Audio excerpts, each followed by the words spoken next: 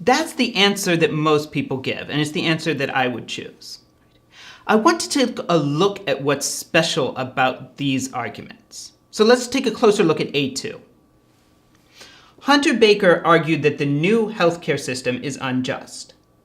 As part of his argument, he points out that doctors have put a lot of money into their education with the expectation of a high salary. This is supposed to show that changing the system would be unfair to doctors. However, the fact that they made decisions in this way does not necessarily prove that changing the system would be unfair to doctors.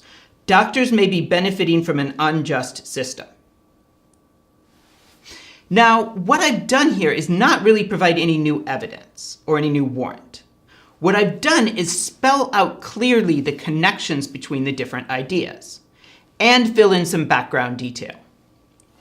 So let's take a look at argument 1A.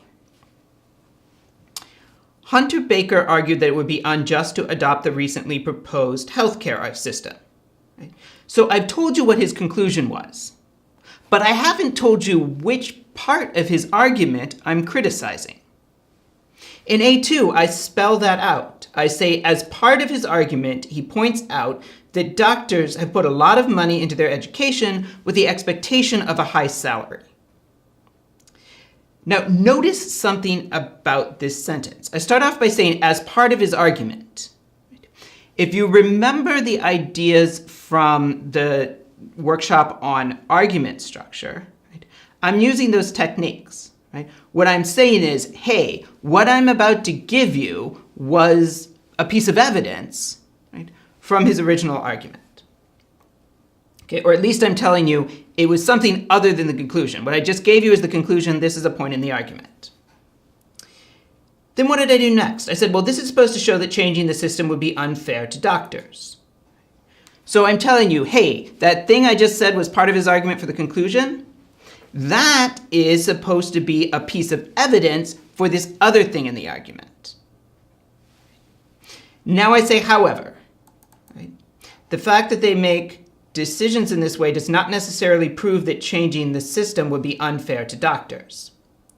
So what I'm doing here is saying, okay, I've spelled out the part of his argument I'm talking about. Now I'm going to tell you this, right? What I'm going to say next is a reason to believe, right, that it doesn't prove what it's supposed to prove. Now notice, that's as opposed to saying, I could, in another argument, I might have said, well, now I'm going to show you why doctors didn't have that expectation. Right? But that's not what I'm doing. Right? I'm taking it for granted, at least for the sake of argument, that doctors did go into their profession with that expectation. But I'm going to show you why that fact doesn't prove what it's supposed to prove. And then finally, I give the main piece of evidence in my objection. Now, I'll leave you to look over B1 for yourself. Here's the key point that I want to emphasize.